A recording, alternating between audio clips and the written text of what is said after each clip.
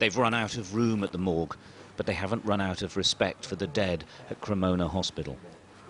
The next batch of the lost waiting for cremation are laid out in the hospital chapel before collection.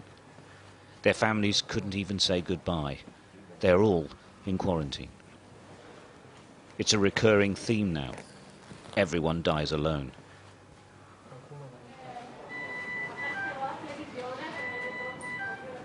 They came from here, the hospital's intensive care unit, which is on the brink of collapse.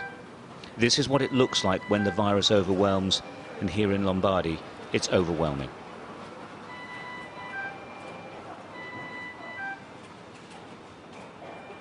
These patients are critically ill. In all probability, they won't make it. The staff have no cure available to them. They're just trying to keep them alive. Every 13 to 16 hours, they turn the patients over to relieve the pressure on the lungs. Without doubt, she wouldn't survive without constant attention. The patients are highly contagious. Where possible, they're observed from a distance, but most of the time, that isn't possible.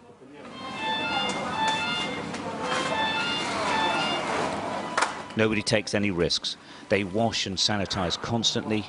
Gloves, masks and protective clothes are regularly changed. In truth, these men and women are exhausted. The system is at breaking point, and they are as well. But they keep going. They aren't the front line in this war. They are the only line. It's a very dangerous, is a disaster, is a tsunami. And we are here 12 hours a day. Only we are go to home for a few hours and come back here for the work, because we are here for the patients. The first, perhaps only bit of good news for the teams here is this man. We couldn't approach him, he's still too weak, but he waved.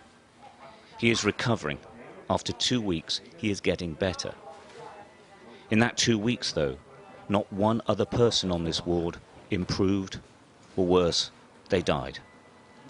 What's really interesting here is that now they've had to extend the intensive care unit, but now it is absolutely full. It's absolutely full in every hospital in Lombardy. They're hoping that some can be taken away.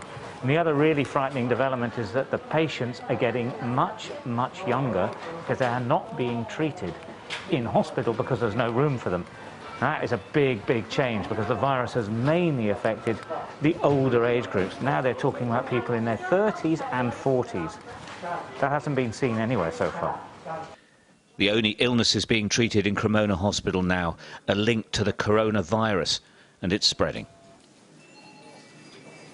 We opened this side of the department to intensive care only yesterday, and today it's already full. Oh, so in 1 day it's full? In 1 day, less than 1 day, yes. Emanuela Catenacci is a neurosurgeon normally. Now she's working in intensive care. She asked to send a message to the world. Lockdown. If you can see what's happened in other country or in other part of your country and wait to do something, I think now it's not more an option. Maybe at the beginning we didn't know exactly what would be happen, but now we know what happened. It's you don't think that it's happening here and it can't happen everywhere else. It will. Because it will, if you don't do anything to stop it. In Lombardy, they haven't run out of hope, but they're struggling with pretty much everything else. They're waiting for the epidemic to peak, but it could be weeks. It could be much longer. Stuart Ramsey, Sky News, Cremona.